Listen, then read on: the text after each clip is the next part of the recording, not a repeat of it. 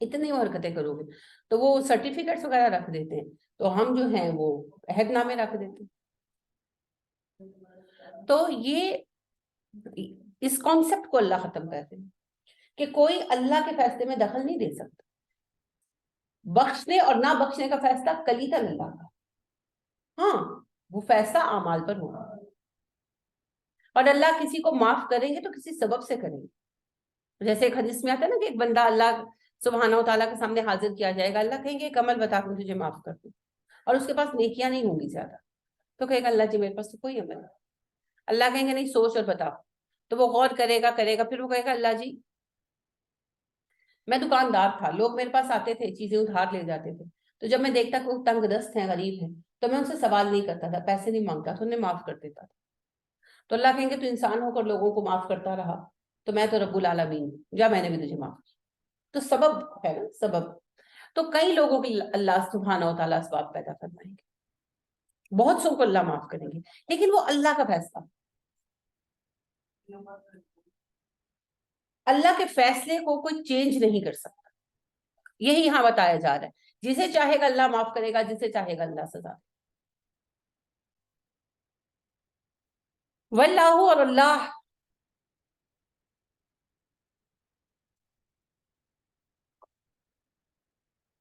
علی کل شیء قدیر، ہر بات پر قادر.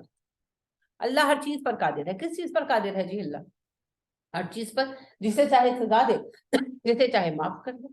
اور یہ جو کانسیپٹ ہے نا کہ حقوق العباد اللہ معاف نہیں کرے گا، یہ بھی کانسیپٹ غلط ہے. اگر اللہ چاہیں گے تو اللہ وہ بھی معاف کر دیں گے، لیکن اللہ کی رضا ہونی چاہیے. لہذا حدیث میں آتا ہے کہ ایک بندہ ہوگا جسے اللہ معاف کر دیں گے، تو دوسرا بندہ آ کر کہے گا کہ اللہ جس نے میرا فلاں حق مارا آپ اس کو سزا دیں. تو اللہ کہیں گے اچھا تجھے میں جنت کی فلاں نعمت دیتا ہوں، اپنے بھائی کو معاف کر دوں. وہ کہے گا نہیں اللہ جی اس نے زیادتی کی. اللہ کہیں گے اچھا میں تجھے فلاں نعمت دیتا ہوں، فلاں نعمت دیتا ہوں، یہاں تک کہ وہ بندہ راضی ہو جائے گا. تو پھر اللہ کہیں گے تو بھی جا اور اپنے بھائی کو بھی لے جا، تم دونوں کو ہی ساری نعمتیں دی میں نے. تو اللہ صلح بھی کرا دے. لیکن اللہ کو کوئی ریزن تو دینا. اللہ بخش دینا چاہتے لیکن کوئی ریزن تو نہیں اللہ کو کہ جس کے بنا پر اللہ کہیں گے اچھا چلو اس سبب سے میں نے اسے معاف کر دیا، جاؤ. آمنا ایمان لایا، اور رسول آمن اور رسول شروع ہو گئی ہیں آخری 2 آیتیں. نبی کریم صلی اللہ علیہ وسلم جب معراج پر تشریف لے گئے، اللہ نے بلوایا معراج پر، تو کعبہ قوسین کے مقام پر سدرۃ المنتہا کے پاس اللہ نے آپ سے کلام فرمایا، اور یہ 2 آیتیں بھی آپ کو عطا کی. آپ نے فرمایا آمن الرسول عرش کے خزانوں میں سے ایک خزانہ ہے جو اللہ نے پہلے کسی امت کو نہیں دیا، صرف ہمیں دیا. جو انہیں 24 گھنٹے میں ایک بار پڑھ لے اس کو 24 گھنٹے کے لیے کفایت کرے. تو لہٰذا آمن الرسول کو ضرور پڑھا، اللہ برکت عطا کرے. اللہ فرما رہے ہیں آمن الرسول، ایمان لایا یہ رسول، بما اس پر جو انزلہ اتارا گیا، علیہ اس کی طرف، من ربہ اس کے رب کی طرف سے، والمؤمنون اور مومن. یہ رسول اور اس کے ہمراہ سارے مومن ایمان لائے ہیں اس کتاب پر جو ان کے رب کی طرف سے اتاری. تو رسول سب سے پہلے کتاب کی تصدیق کرتے ہیں، پھر صحابہ کرتے ہیں. تو رسول کے انتخاب کی وجہ بھی کیا ہے؟ پھر مومن ہونا. تو نبی کریم صلی اللہ علیہ وسلم سے محبت ہے اور ان کو ہم فالو کرنا چاہتے ہیں، تو سب سے بڑی سنت تو یہی ہے ان کی کتاب کی تصدیق. تو ہمیں کتاب کی تصدیق کرنی چاہیے، زبان سے بھی اور عمل سے بھی. ایمان میں 3 چیزیں ہیں نا، تصدیق بالقلب، اقرار باللسان اور عمل بالجوارح. دل کی تصدیق، زبان کا اقرار اور جوارح اعضاء کا عمل. تو پھر ہماری زندگی میں نظر آئے کہ ہم قرآن پر عمل کرتے ہیں. 100% نہیں کر سکتے، میں مانتی ہوں، 20%، 50%، 70%، جتنا ہو اتنا تو کریں. دیکھیں آپ امتحان دیتے ہیں دنیا کا، آپ کو پتا ہوتا ہے آپ 100% نمبر نہیں لا سکتے، بہت کم بچے لا سکتے ہیں، تو کیا پیپر نہیں دیں گے؟ دیں گے نا. 40% بھی آ گئے پاس تو ہو گئے، 35% والے بھی پاس ہو گئے نا. تو یہی بات ہے، جتنا پرسنٹ کر سکتے اتنے پرسنٹ تو عمل کریں. یہ تو کیا بات ہوئی کہ جی میں پورا نہیں کر سکتا تو پھر آدھا بھی نہیں کرنا، جتنا ہے اتنا تو کریں. کلن ہر ایک آمنا ایمان لایا باللہ اللہ پر، ان میں سے ہر ایک ایمان لایا اللہ پر، و ملائکتہ اس کے فرشتوں پر، و کتبہ اس کی کتابوں پر، و رسلہ اور اس کے رسولوں پر. ہر ایک بندہ مومن جو ہے وہ ایمان لایا ہے اللہ پر، اس کی کتابوں پر اور اس کے فرشتوں پر اور اس کے رسولوں پر. ایمان باللہ کی بات ہے. نبی کریم صلی اللہ علیہ وآلہ وسلم سے جبرائیل علیہ السلام نے جب پوچھا حدیث جبریل میں کہ ایمان کیا ہے، تو آپ صلی اللہ علیہ وسلم نے کہا نا ایمان لانا اللہ پر، اس کے رسولوں پر، اس کی کتابوں پر، اس کے فرشتوں پر، حیات بعد الموت پر، آخرت پر، اور اچھی اور بری تقدیر. تو ایمان ضروری ہے. ایمان کا مطلب ہے مان لینا، تسلیم کر لینا کہ جی ہاں یہ سب حقیقت ہے. لا نفرق نہیں ہم فرق کرتے بینا درمیان احد کسی ایک کے من رسولہ رسولوں میں سے، ہم رسولوں کے مابین کوئی فرق روا نہیں رکھتے. یعنی کہ ہم سب رسولوں پر ایمان لائے، آدم علیہ السلام سے لے کر محمد صلی اللہ علیہ وسلم تک ہم رسولوں میں فرق نہیں کرتے. دیکھیں نا، یہود عیسیٰ علیہ السلام کو نبی نہیں مانتے اور ہمارے پیارے نبی صلی اللہ علیہ وسلم کو بھی نہیں مانتے. عیسائی جو ہیں وہ نبی اکرم صلی اللہ علیہ وسلم کو نہیں مانتے. تو ہمارا یہ معاملہ نہیں ہے. ہم سب نبیوں کو ایک جیسا چاہتے ہیں، ان سے پیار کرتے ہیں، ان کی تصدیق کرتے ہیں. ہاں، نبی اکرم صلی اللہ علیہ وسلم ہمارے اپنے نبی ہیں تو ڈیفینیٹلی ہم پیار زیادہ کرتے ہیں، لیکن ہم سبھی نبیوں سے محبت رکھتے ہیں اور ہم سبھی کی عزت کرتے ہیں اور ہم سب کی تصدیق کرتے ہیں. سبھی سچے تھے اور سب نے اپنا کام پورا کیا. وقالو انہوں نے کہا سمینا ہم نے سنا، وعطونا اور ہم نے اطاعت کی. یعنی مومن کون ہے؟ مومن در حقیقت وہ ہیں جو اللہ کا کلام سنتے ہیں اور فوراً مان جاتے ہیں، کہتے ہیں ہم نے سن لیا، ہم نے مان لیا، کوئی بحث نہیں ہے. جب حکم اللہ کا ہے تو ڈسکشن کی بات ہی نہیں ہے. تو پھر ایسا کیوں ہوتا ہے کہ اگر کسی کا شوہر دوسری شادی کرے تو مسئلہ ہی بن جاتا ہے ہمارے یہاں. اگر کوئی ایسی شادی ہو جائے جس میں ایک پارٹنر جو ہے اس کی عمر زیادہ اور ایک ہی کام ہو، کسی بھی طرح سے، بندے کی یا عورت کی، تو کتنا ہمارے یہاں تماشا بناتے ہیں. کسی کو کوئی حق نہیں ہے نا. اسی طرح اگر کوئی صاحب یا صاحبہ ایک سے زیادہ شادیاں کرتے ہیں، یعنی کہ طلاق ہو گئی پھر شادی کر لی، پھر طلاق ہو گئی شادی کر لی، عورت کے لیے مرد ایک وقت میں یا ایک ایک کر کے زیادہ شادیاں کر لے، تو کتنا ہمارے یہاں مذاق بناتے. تو یہ سب اللہ کے قوانین کی خلاف ورزی. جو بات اللہ پاک نے کہہ دی وہ درست ہے، اس کو ماننا ہے، اس پہ اطاعت. تو جب کوئی دین کے مطابق کام کرے اس کا مذاق نہیں اڑایا جائے گا. ہاں اس سے آگے بڑھے تو پھر ملامت ذرا.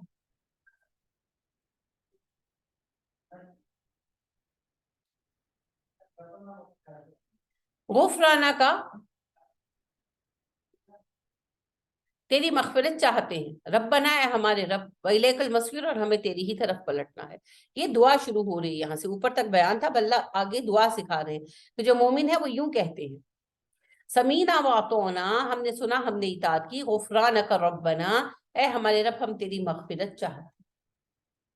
یعنی ہم جو بھی کام کر رہے ہیں اس لیے کر رہے ہیں کہ آپ ہمیں بخش دے، بس معاف کر. وإلیک المصیر اور ہمیں تیری طرف لوٹنا ہے. جس دن ہم آپ کے پاس آئیں حشر کے دن، آپ ہمیں معاف کر دیجیے. لا یکلف اللہ نفسا الا وسعها. شکر. لا نہیں یکلف وہ تکلیف دیتا، یعنی کہ ذمہ داری ڈالتا. اللہ اللہ نفسن ایک جان پر، الا مگر وسعها اس کی وسعت سے زیادہ. اللہ کسی شخص پر اس کی وسعت سے زیادہ بوجھ نہیں ڈالتا، ذمہ داری نہیں ڈالتا. اطاعت کتنی کرنی ہے؟ جتنی استطاعت سے زیادہ اللہ ڈیمانڈ نہیں کرتا. یعنی ایک بندے کی جاب اتنی مشکل ہے کہ وہ نفل نمازیں نہیں پڑھ سکتا تو فرض ادا کرے، بس کافی ہے. ایک بندے کی ہیلتھ ایسی ہے کہ وہ صرف فرض روزے پر مشکل رکھتا ہے، نفل نہیں رکھ پاتا، تو کوئی بات نہیں. اگر وہ اتنا بیمار ہو گیا کہ فرض بھی نہیں رکھ پاتا، فدیہ دے دیتا تو ٹھیک ہے. جو کر سکتے ہیں وہ کریں. نبی کریم صلی اللہ علیہ وسلم بیعت بھی لیتے تھے تو یہی فرماتے تھے کہ وعدہ کرو میں اطاعت کروں گا حسب استطاعت، جتنی میرے اندر طاقت ہے. تو ایک صحابی تھے حضرت کعب رضی اللہ تعالیٰ عنہ، ان کی ڈیوٹی لگائی نبی کریم صلی اللہ علیہ وسلم نے ایک محلے میں نماز پڑھانے کے، انہیں امام بنایا. تو وہ وہاں نماز پڑھاتے تھے. تو ایک دن عشاء کی نماز میں انہوں نے سورہ بقرہ پڑھنی شروع کر دی. تو ایک صحابی تھے، وہ نماز توڑ دی، انہوں نے علیحدہ نماز پڑھی اور چلے گئے. بعد میں کسی نے حضرت کعب سے کہا کہ فلاں نے نماز توڑ دی اور علیحدہ نماز پڑھی. انہوں نے کہا منافق ہے. اب یہ بات ان صاحب تک بھی پہنچ گئی. تو وہ آئے نبی اکرم صلی اللہ علیہ وسلم کے پاس, کہنے لگے اللہ کے نبی صلی اللہ علیہ وسلم, میں اونٹ چراتا ہوں کہ ڈیوٹی بڑی سخت ہے, صبح جاتا ہوں شام کو آتا ہوں.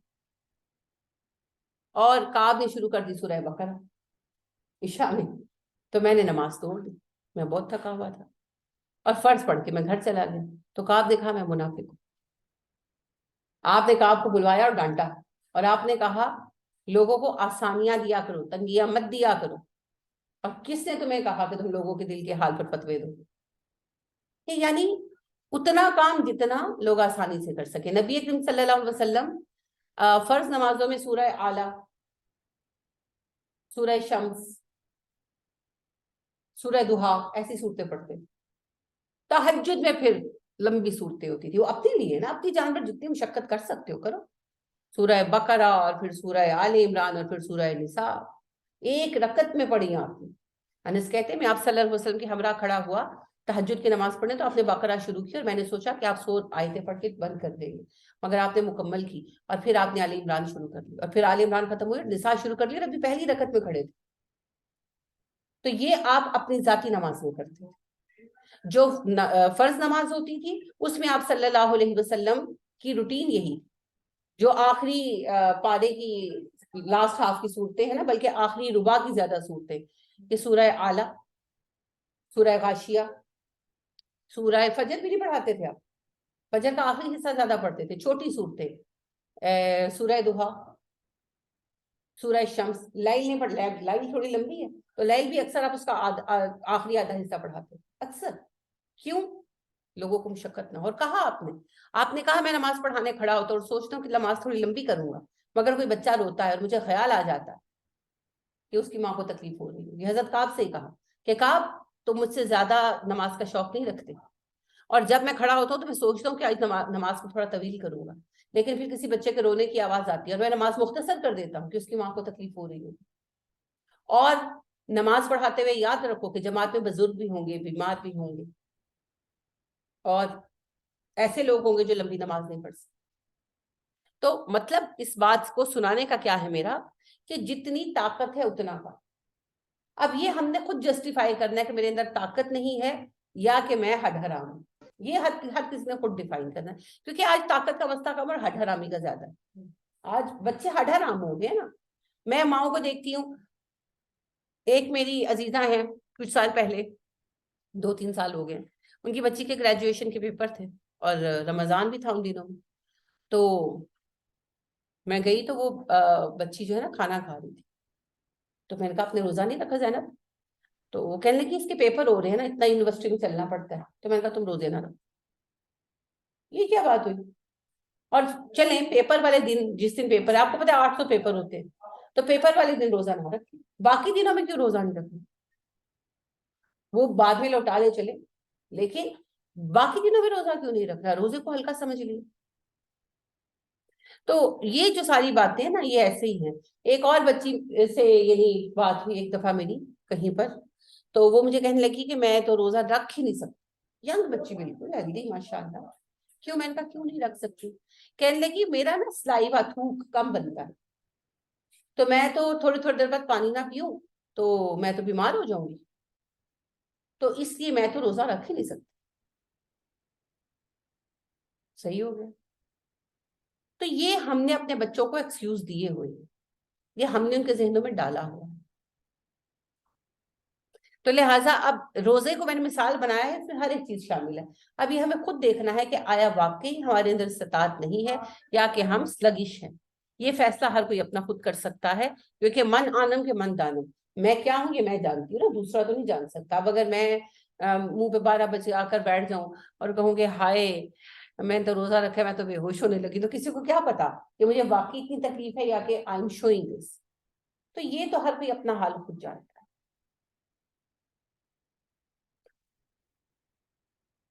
ایک اور میری عزیزہ بچی ہیں, تو وہ بہت کم روزے رکھتی ہیں. تو وہ مجھے ایک بار وہ بیٹھی ہوئی تھی, یعنی میرے پاس ہی بیٹھی تھی, تو روزوں پر بات ہو گئی. تو روزہ چھوڑنا کتنا بڑا اور ناپسندیدہ گناہ ہے, تو اس پر بات ہوگی. تو وہ ان کو شاید لگا کہ مجھ پر بات ہو, ان کا رنگ ایسے چینج ہو گیا, تو کہنے لگی میں تو واقعی نہیں رکھ سکتی آنٹی جی. میں نے کہا بیٹے آپ کی بات نہیں ہو رہی. کوشچن جو انہوں نے کیا, ایک اور 2-3 لوگ ملنے آئے ہوئے تھے, تو میں نے کہا جو کوشچن کر رہی اس کا جواب آپ کا اللہ کا معاملہ ہے. Who am I to ask you کہ واقعی روزے نہیں رکھ سکتی, یہ بہانہ کر رہے ہیں.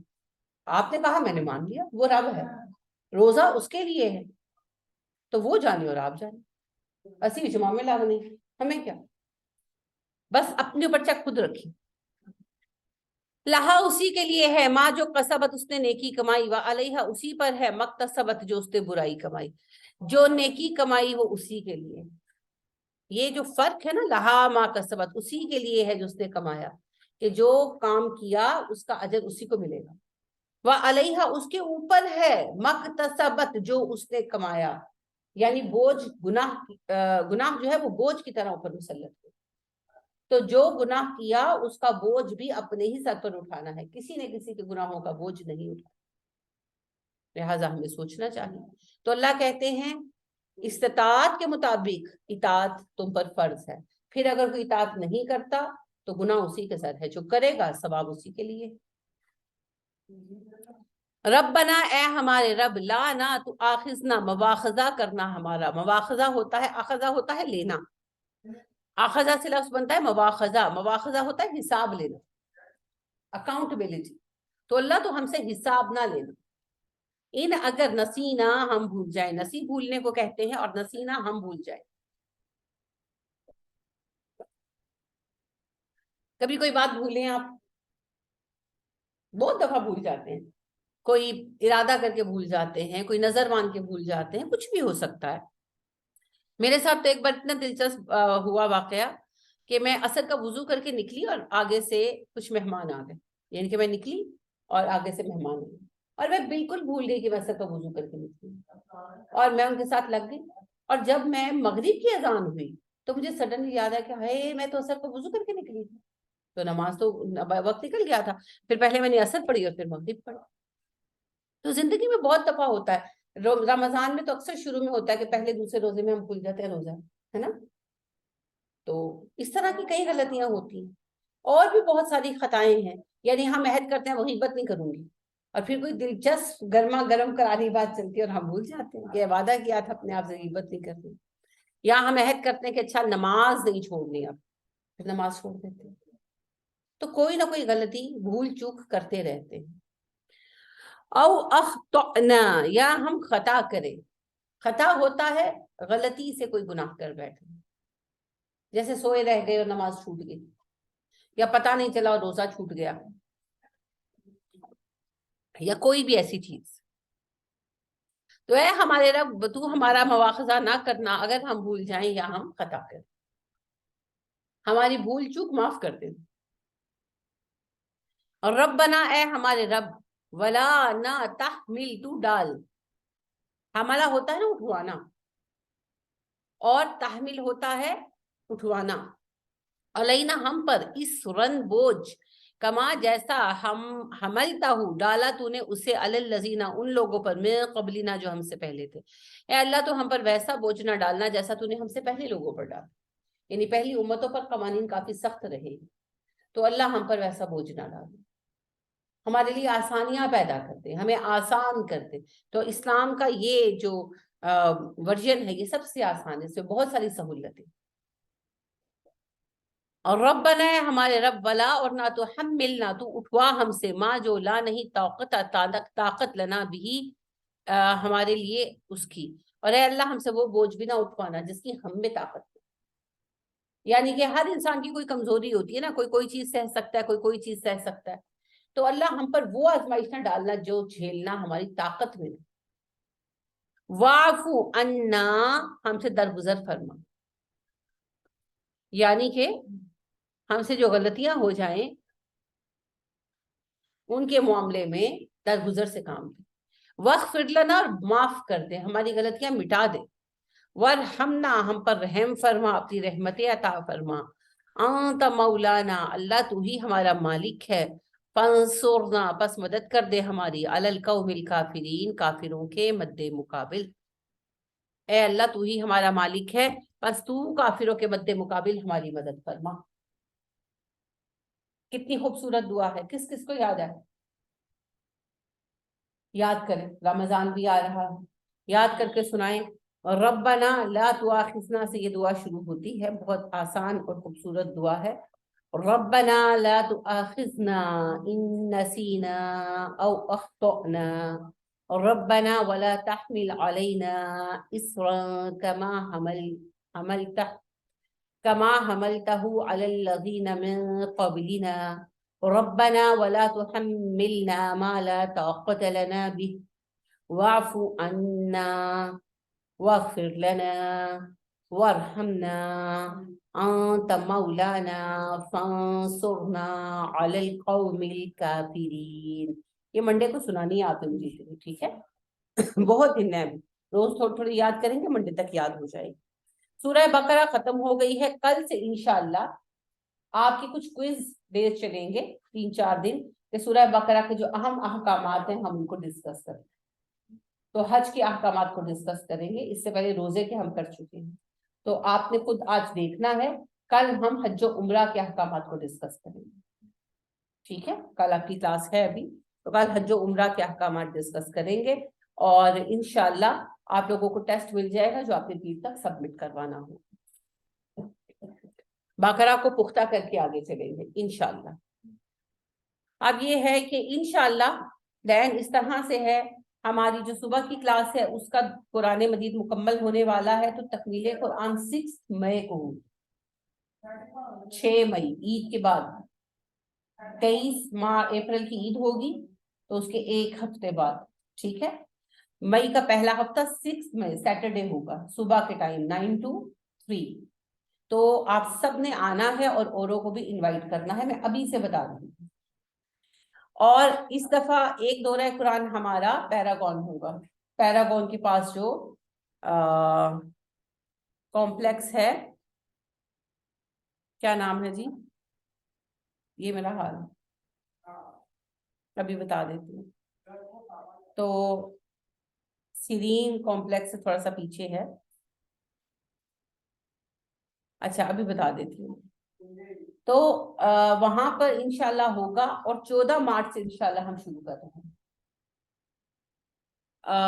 23 یا 24 مارچ سے رمضان کا آغاز ہے, تو لہٰذا 14 مارچ کو وہاں پر استقبال رمضان ہوگا, اور 15 مارچ سے دورہ قرآن شروع ہوگا, جو انشاءاللہ ہم 10 اپریل کو ختم کر لیں گے, کیونکہ 10 اپریل کو 18 رمضان ہوگا, اور 11 اپریل کو دعا ہو جائے گی انشاءاللہ. تو جو تو اس طرف کے لوگ ہیں پیراگون ارد گرد کی سائڈز کے, وہ تو دورہ قرآن میں بھی آئیں گے, اور آپ سب نے انشاءاللہ ایک کا دن میں آپ کے ساتھ شیئر کر دوں گی ساری ڈیٹیلز. تو آپ سب نے جو ہے دورہ قرآن کا زیادہ سے زیادہ سب کو انوائٹ کرنا ہے اور انکریج کرنا ہے. ٹائم صبح 10 سے 12 کا رکھیے. اوکے. اور جو ادھر والے ہیں, دور والے ہیں, یہ دورہ قرآن میں نہیں بھی ادھر آتے, تو استقبال رمضان اور رمضان میں تکمیل قرآن کی دعا, اور پھر بعد میں تکمیل قرآن کا فنکشن ہے, اس میں آپ سب کا آنا لازم ہے, سب نے آنا. تو اس کے لیے آپ نے ابھی سے اپنے آپ کو شیڈیول کر دینا ہے. 14 مارچ کو استقبال رمضان ہوگا, 11 اپریل کو دعائے ختم قرآن ہوگی رمضان کی, اور تکمیل قرآن کی تقریب 6 مئی کو ہوگی. یہ تو پاس دور سب والوں نے کرنا ہے اس کو, اور دورہ قرآن جو کرنا چاہیں وہ کریں. ادھر قریب والے آپ سے میں شیئر کر دوں گی, پھر آپ نے سب کے درمیان شیئر کرنا انشاءاللہ. اس طرف جتنا نا ڈیفینس کے لوگ ہیں, فرزین آپ نے اپنی ساری سوسائٹی میں بات کو پبلش کرنا ہے, سب طرف جو ہے آپ نے پہنچانا ہے. سبحان پہلے ہم اپنی کلاس ختم کر لیتے ہیں, اس پہ بات جاری رکھتے ہیں, ابھی آپ نے لیو نہیں کرنا کسی نے. سبحانک اللہم و بحمدک ونشہد ان لا الہ الا انت ونستغفرک ونتوب الیک. السلام علیکم ورحمۃ اللہ وبرکاتہ.